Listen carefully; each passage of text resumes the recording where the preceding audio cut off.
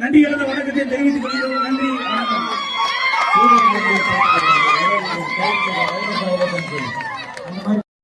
அண்ணா எங்க போறேன் வச்சு இழுத்துருவாங்க போல இருக்கு. அப்படி ஆளுங்க அங்க இருக்காங்க.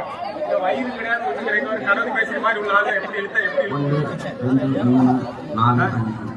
வளர்த்துறேன் இங்கிட்ட ஆளுங்க வத்து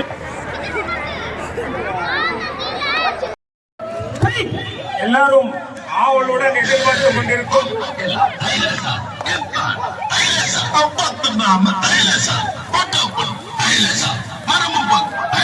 அம்மலையும்